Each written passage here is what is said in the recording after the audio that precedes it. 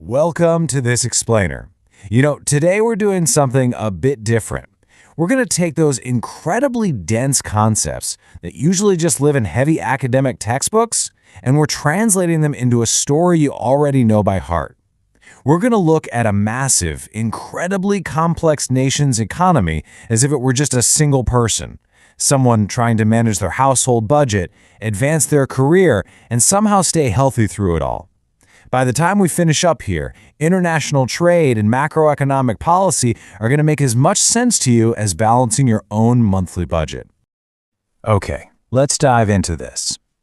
Imagine for just a second, waking up, opening your banking app, and realizing your account is practically sitting at zero. But your bills are still due. It's a completely relatable, deeply terrifying reality for a person, right? But what actually happens when an entire nation faces total bankruptcy? How in the world does a whole country balance its checkbook when the numbers literally stop adding up? To really grasp that level of panic, just think about this time frame: 2 weeks. Back in July 1991, India hit an absolute wall.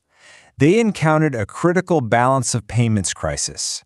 They were staring down a massive fiscal deficit of 8.5% of their GDP, and their external debt had piled up to a staggering $70 billion. As a result, the country's foreign exchange reserves absolutely plummeted. They had barely enough cash left in the national bank account to cover just 2 weeks' worth of vital imports. The entire nation was essentially living paycheck to paycheck, and guys, the paycheck had just bounced. Section 1. Balancing the national checkbook. So how exactly do we track this stuff? Let's look at how a country actually keeps its ledger and monitors where every single cent is going. A nation tracks its financial lifeblood through something called the balance of payments, or BOP for short. Think of the BOP as the ultimate master national ledger. And this ledger is split into two main buckets. First up, the current account. This is basically the country's daily living expenses and income. It covers the visible goods we buy and sell, the services we provide, and even money sent home by workers living abroad. Then you have the capital and financial account. Now this represents the big moves, right? Foreign direct investments, buying stocks, taking out massive international loans. It's essentially the difference between buying your weekly groceries and taking out a 30-year mortgage. And this brilliantly illustrates how it all works in practice. It's a double-entry bookkeeping system, honestly, just like your own accounting at home. The general rule is actually pretty simple. If a transaction earns foreign currency for the nation, like, say, exporting goods or services, it's a credit. It goes in the plus column. If a transaction involves spending foreign currency, like importing goods or investing abroad, it's a debit, a negative item. Ultimately, a country is operating in a surplus when those credits exceed the debits, and it's stuck in a deficit when it's spending more than it makes. Section 2, the reality of purchasing power. But the balance sheet only tells us how many physical bills are sitting in the vault. To understand the true human economics of a nation, we really have to shift our narrative from the cold bank ledger straight to the grocery store aisle. What does the country's money actually buy you? Well, this brings us to a concept called absolute purchasing power parity, or PPP. It's built entirely on this idea called the law of one price. Theoretically, if you take an identical basket of goods, it should cost the exact same amount in different countries once you adjust for the exchange rate. The most famous, widely relatable example of this is the Big Mac Index. By comparing the price of a McDonald's Big Mac, a product literally made with the exact same ingredients all over the world, we can see the real standard of living. It reveals the true purchasing power of a currency by stripping away the total illusion of nominal exchange rates. But hey, in the real world, absolute PPP doesn't always hold up perfectly, right? There are trade frictions, varying local costs, things like that. That's exactly why economists look at relative PPP. This version actually acknowledges the harsh reality of inflation.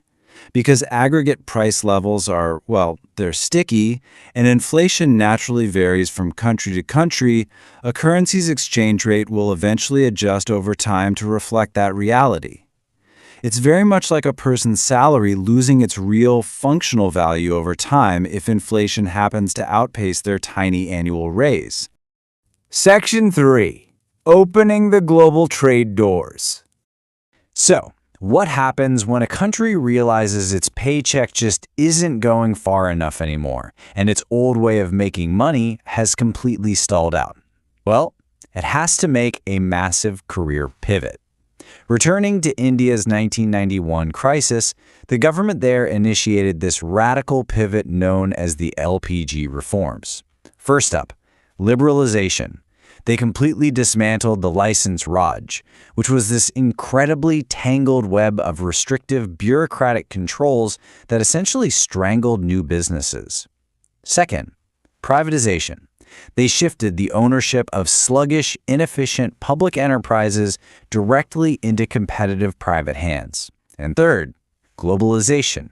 They threw the doors wide open by drastically reducing import tariffs from a staggering 125% all the way down to just 30%. This dramatic, fundamental shift allowed India to leap from a really sluggish historical growth rate of about 3.5% to suddenly becoming a booming global powerhouse that eventually peaked at an 8.5% growth rate in the mid-2000s. Now, when a country finally opens its doors to global trade, it's got to follow the rules of the neighborhood. And the most critical rule here is the most favored nation, or MFN status. Despite what the name sounds like, it actually means non-discrimination. If you grant MFN status, you are making a promise to treat all of those trading partners exactly equally. So the crucial point is this: by preventing countries from playing favorites with tariffs, MFN ensures that a country imports from the absolute most efficient global supplier. This keeps domestic protectionist lobbying in check, and ultimately, and this is the best part, it makes everyday consumer goods cheaper for you and me. Let's see how this all builds historically. Because this massive architecture enforcing these fair play rules, it definitely didn't just appear overnight. It actually started way back in 1948 with just a general agreement on tariffs and trade.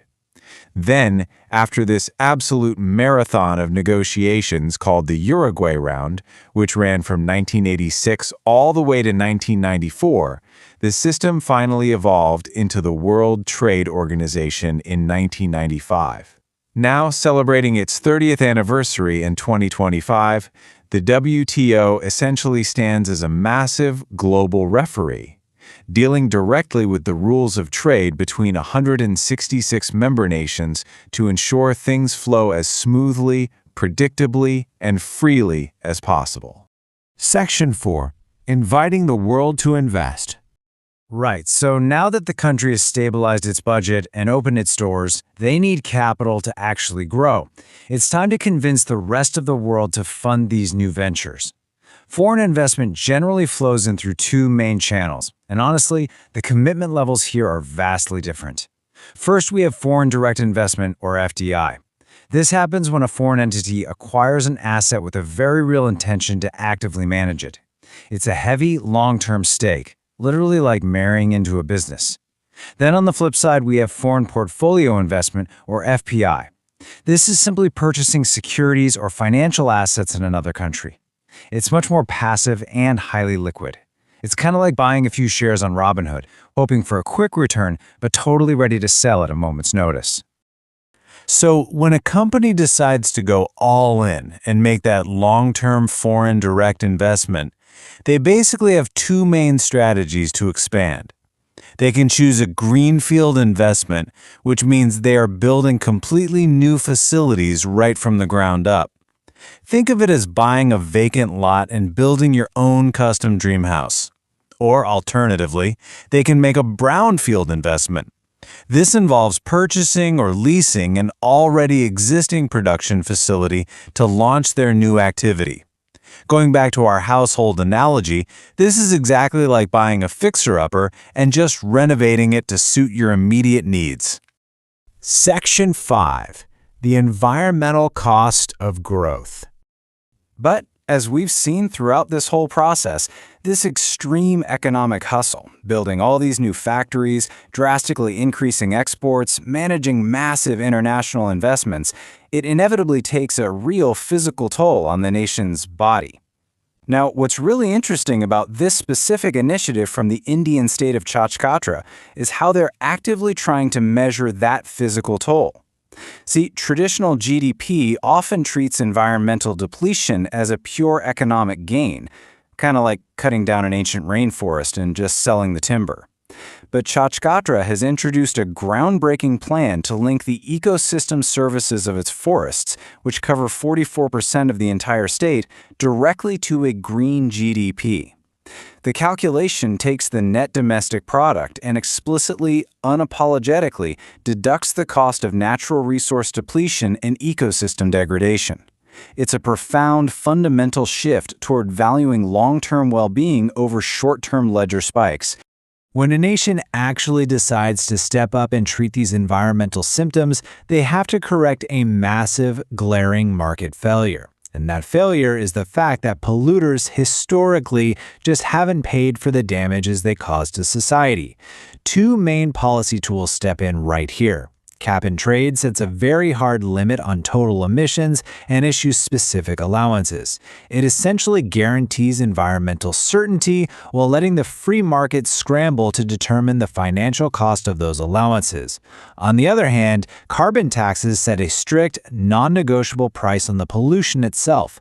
This approach gives businesses total cost certainty for their ledgers, but, it leaves the actual final amount of emissions reduction entirely up to market forces. As we wrap up this explainer, we find ourselves right back where we started, looking at the national checkbook.